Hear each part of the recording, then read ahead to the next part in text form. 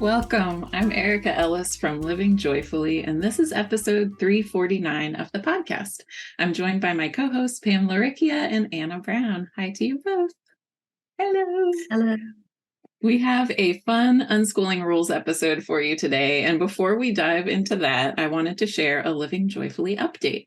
If you've stopped by livingjoyfully.ca in the past few weeks, you will have seen our brand new website.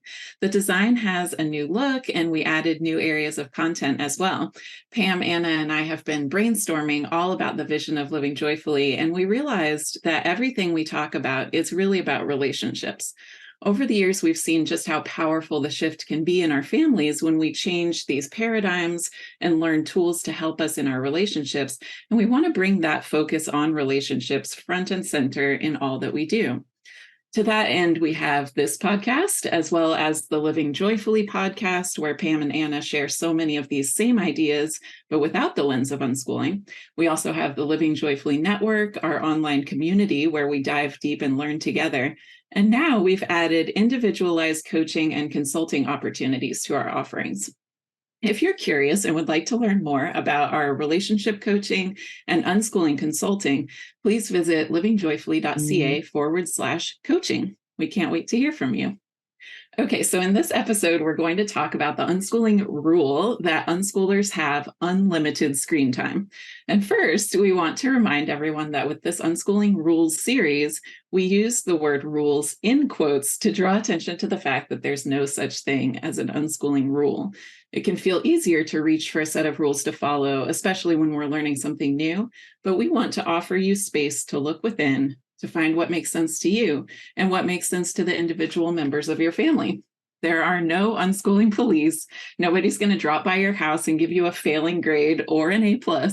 Our goal with this series is to explore these apparent rules and cultivate an environment for self-discovery, inquiry, agency, and growth. So, Pam, let's dive into screen time. Yes, let's. Okay. You probably know by now from me that the first aspect I would like to talk about is language and what is meant by the term screen time, right? So at this point in our culture, that is a very general term, right? Because a screen can be a TV, it can be a laptop, it can be a desktop monitor, a phone, a tablet. It can be found in your house, in your car, in your pocket, maybe even in your fridge. So many of our day-to-day activities now involve screens in some way, such that the idea of screen time really doesn't add much value to the conversation. Screens are pretty ubiquitous in our lives, so saying someone is in front of a screen is pretty meaningless. It tells us practically nothing about what they're doing. Screens are just an interface, a way for a person to interact with technology, with a piece of hardware. It's what they're using the screen to do that is interesting. What's behind the screen? And that is an incredibly rich set of possibilities. It's pretty much anything and everything. It can be an activity we really enjoy, like playing a video game or watching a movie. It can be a way to connect with others who also enjoy something that we love.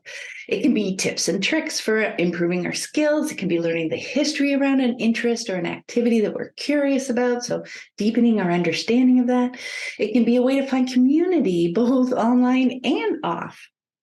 So for me, instead of using the lens of screen to examine our days and whether or not my child is using one to engage with something, I am much more curious and have found it much more meaningful to know what that something is. What are they interested in? What are they exploring? What are they learning about? How are they learning about it? What tools are they using to help them move through their day? What entertains them? That's the level at which I can actually connect with them, be in relationship with them, where I can better understand them and their interests, and in turn, better support their learning. Like all the pieces, I learned so much more about who they are as a human being when I move beyond the screen interface and focus on what they're using that screen to engage with. Oh my goodness. Okay, so you know that I love language too, really the three of us. This is something we enjoy, like toying around with the words and thinking about being intentional about it. So I'm really glad this is where we're starting because I think that the words we choose set the energy for our actions and absolutely impact the stories we tell about our lives. And so think of the differences in these statements. My daughter was on screens all afternoon. My daughter watched 4 hours of cooking shows. Okay, that's without me putting any tone to it, which I could have. And you can see how much more we learn and convey with just that tiny shift. If one is watching cooking shows for 4 hours, there's something to that interest. There's something there. And when we engage at that level, like you were talking about, Pam, being interested in what they're enjoying, we learn even more about what they're getting out of it and where it's taking them. Thinking about screens as the interface to technology, and then the next question, what is the technology bringing into our lives? Because, like you said, it can be so many things. It could be about having time with friends and chatting and strategizing and solving complex problems and working as a team. It can be about exploring music or art, the storytelling, a way to dive into any particular interest. YouTube is this gateway to pretty much anything to study, and it's just way too many to even name. I feel like it's such an amazing time in the world where we can dive into any question or interest and go as deeply as we want, or just scratch that surface for a quick answer, all at the tip of our fingers. And as someone who loves to learn all the things, I am grateful every day for technology and the myriad of screens that I have to interact with. And I really think being intentional with our language is such a great place to start because it helps us to remain open and curious about what's happening around us and connected to the people involved. Right. Yes. I love this shift so much because when we say our kids are just on their screens, I feel the distance that creates.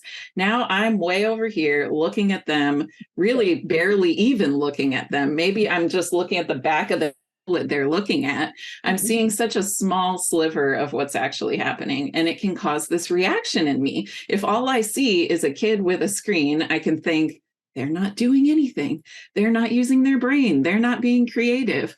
But I actually have no idea what's happening if I'm keeping myself at that distance and not letting myself see what they're actually doing.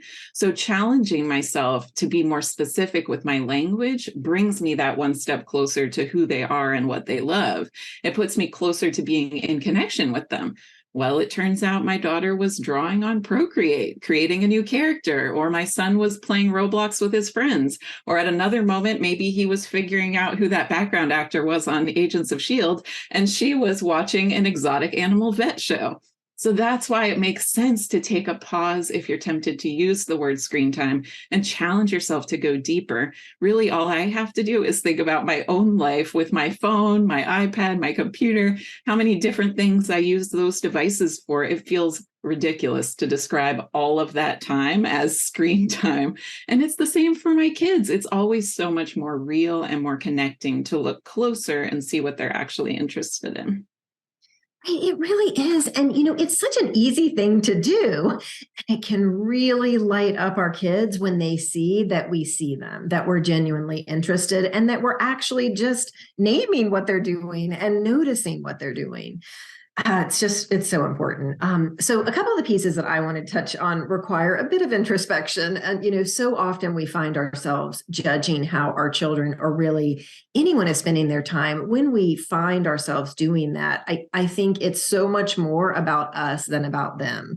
And one of the things that can be at play is fear. So releasing our fear is really critical here because when we're projecting out into the future with fears, we're pulling ourselves out of this moment. And we are most likely harming the connection with the people in our life. It's pretty safe to say that fear clouds our judgment, puts us into kind of this reptilian brain where we're not using our critical thinking skills. We're not engaging. Like you said, we're on the other side of the room looking over here, casting this fearful glance. I feel like fear can be such a helpful red flag. There's a purpose for it, but I personally just never want to act from that place instantly unless it's a tiger coming at me. I want to use it as a clue to dig deeper, understand where is it coming from.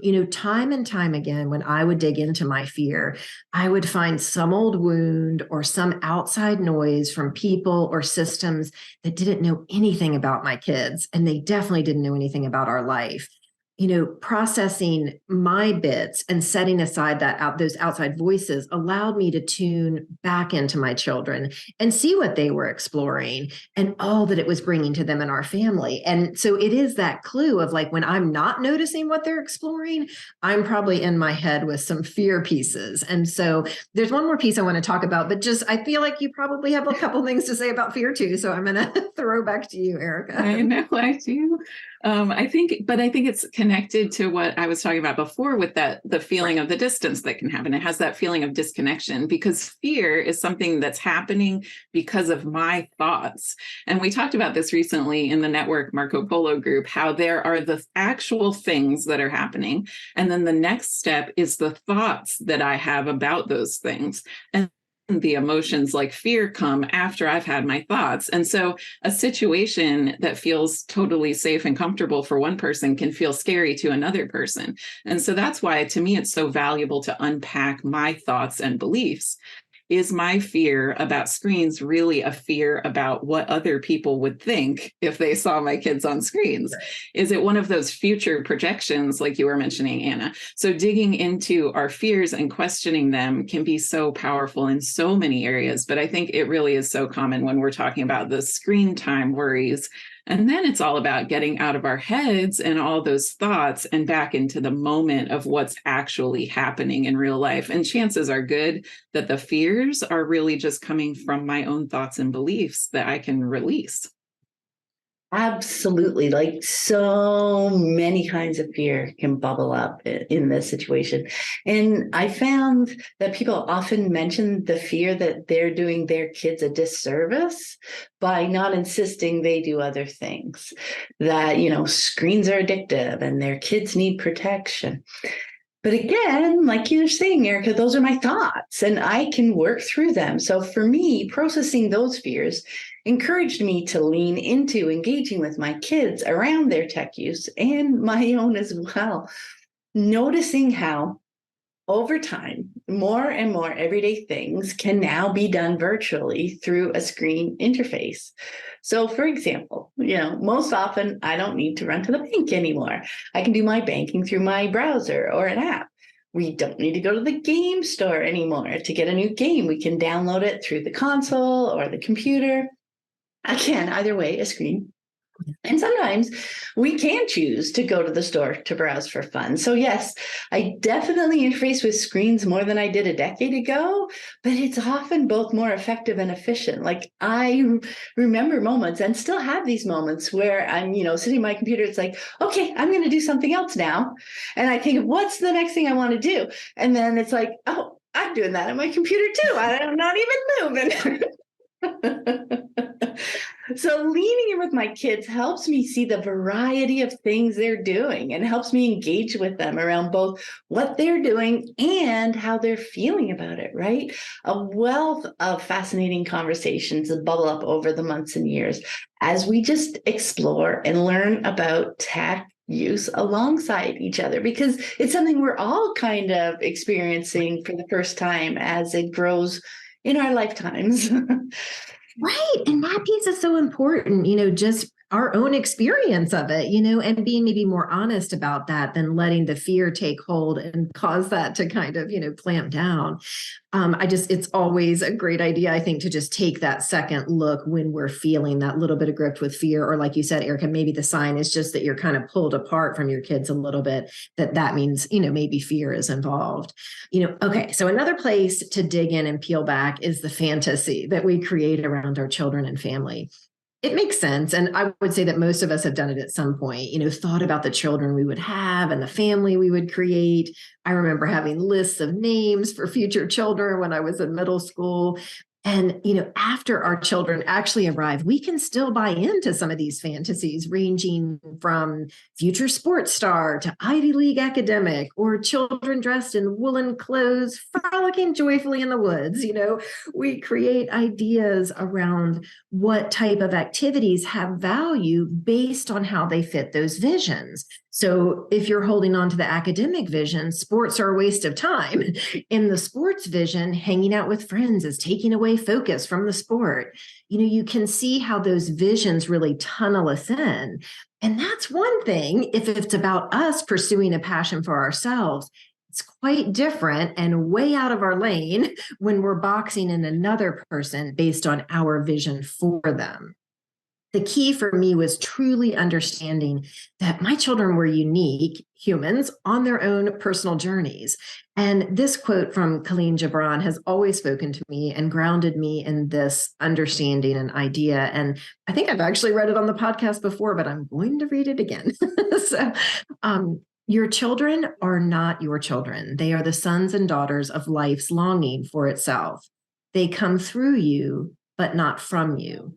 And though they are with you, they belong not to you.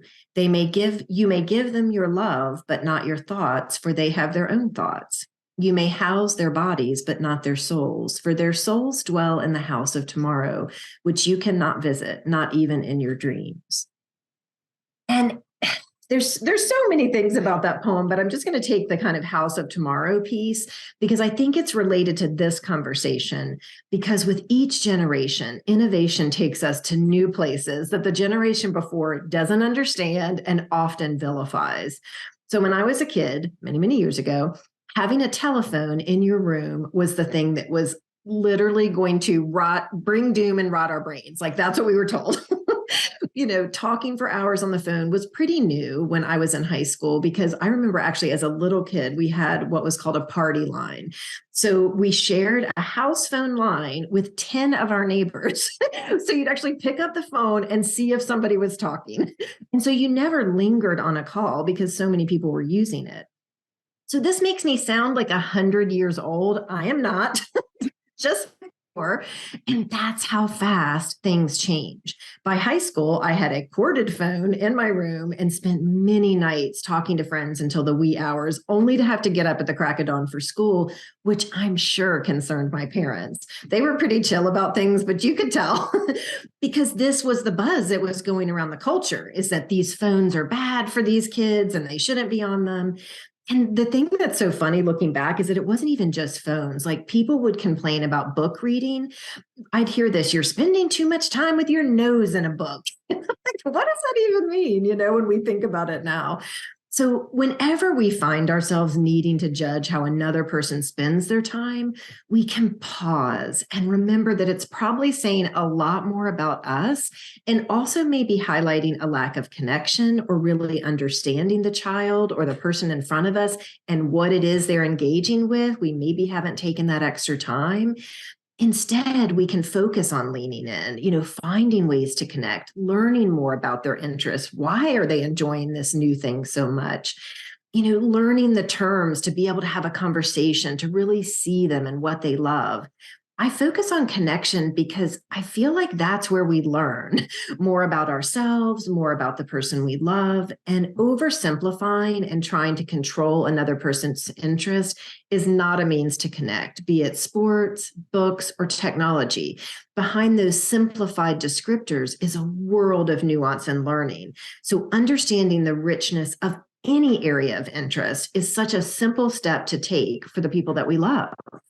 Oh, I love this part. It's so natural to have a vision of childhood and a vision of what our family would be like. And it could be based on what we remember from our own childhoods or just things we see on social media or read about. And it can feel like there is a right way to be a child or like a right way to be a parent. But when we open up to the idea that I love so much, that everyone is different and that we have so many ways to find our interests and to learn, it just takes a lot of pressure off. There really is not a perfect way to be a human. I think a lot of people are really drawn to the latest technology because it's like the cutting edge of human creativity, and there's so much potential there. But not everyone is drawn to it, and different people have different goals and interests and ways that they want their lives to look. And that's pretty exciting. And it can also be challenging as a parent when our children are choosing interests that we don't understand or that didn't even exist in our childhoods. And that's, I think, where that open and curious mindset comes in so handy. And maybe putting up a printout of that poem you shared too, Anna, that was really beautiful. Well, you know what I loved, Erica? You're right. What you said of there not being a perfect way to be human, right? That takes me right to the people are different and my way is okay. And even different people with different ways are all okay too. And even while that can feel overwhelming at first, it's like, oh my gosh, like everybody's different. Oh no. I found it more approachable when I thought about it in terms of exploring the possibilities with an eye to discovering what I'm curious about and what works for me in terms of engaging with those interests, as well as with people that I love, right? And it changes over time as we learn and grow and change ourselves. So for me, it becomes kind of the ongoing mystery of life. I mean, I know that kind of sounds cliche and all, but truly, isn't it true? Just think about it for a minute. I'm a mystery to myself. And like, that's why I keep connecting and engaging. Even my kids are grown now, and it is still so fun to connect with them and hear what they're up to. So anyway, this leads me to all of that connecting and engaging. And especially when they were younger, it was discovering what makes their eyes light up, right? And not judging whether or not the act of accessing those things involves a screen. Like that was just a piece of the process. It wasn't the thing, it wasn't they love screens. Right? Like, yeah, that said so little about them, right? Right. And so when we're in that connected place and actually seeing what they're doing, and we're not in that fear place or that fantasy place, we're now using language that's connecting instead of just calling it screen time. Now I think we're ready to have conversations with them. And I think it can be pretty automatic at times to want to just make a rule or a proclamation like no screens before 4 o'clock, or no screens until the weekend, or 1 hour of Roblox per day, period. We hear about those types of rules, and it can feel like they might be a good solution to our fears and concerns. But without communication and conversations, top-down rules and orders are so disconnecting. There's such a big difference between a parent proclaiming that all screens must be turned off and the whole family deciding together that they like how it feels when they have dinner and no one brings their devices to the table. When we talk about not having limits on the time that our kids are engaging with their iPads or their computers, it doesn't mean that we're hands off. We're staying connected, we're having conversations. When something is feeling bad, we're talking about it and problem solving together. And when we can build trust in our relationships with our kids, they can come to us with their feelings and concerns too. So like Maya has definitely told me that she wants to stop watching videos or to stop playing computer games for a while. And she knows that she can share that with me and I won't villainize the games and the videos. And I can help her if she wants to go outside for a walk or play a board game with me instead. I can help her brainstorm things to do that are not screen-based when she wants. And I'll help her troubleshoot when things get tricky in her games and apps too. She's free to share all of her interests with me without judgment. And by focusing on connection, the whole family can work together to have a rich life rather than just me or just Josh and me as the parents, like making decisions without having conversations and kind of handing down those decisions that are really just based on my image of what our lives should look like. And so I think it's just a much better fit when we're all involved in kind of creating our family life together. Yeah, I think that's the crux of it for me, really. I think a rule, even one in the guise of not being a rule, like unlimited screen time, encourages disengagement. There's the rule out there for everyone to see. So we know what's up and we don't need to talk about it, right? It leaves the impression that there aren't any nuances to be had. But as you mentioned, nuances abound when real different people are involved. When we're engaged and supportive of each other, when we're on a team together, we help each other navigate tricky or uncomfortable things without the judgment. When someone's feeling they'd like to do more things that don't involve screens, we help them find ways to do that feel fun and enjoyable. We don't leap to, oh my goodness, we need a no screens for a week rule, so that we can help them do this thing. It is okay to have a feeling of too muchness around something. I made up that phrase, but it felt so right. Those are great clues for us as we explore who we are and the things we like to do and how we like to do them. Wanting to change things up doesn't mean that where we are now is wrong. So there's a quote from Sebene Selassie that has stayed with me for a while now. She wrote, "We don't need to make ourselves a problem to aspire to transformation."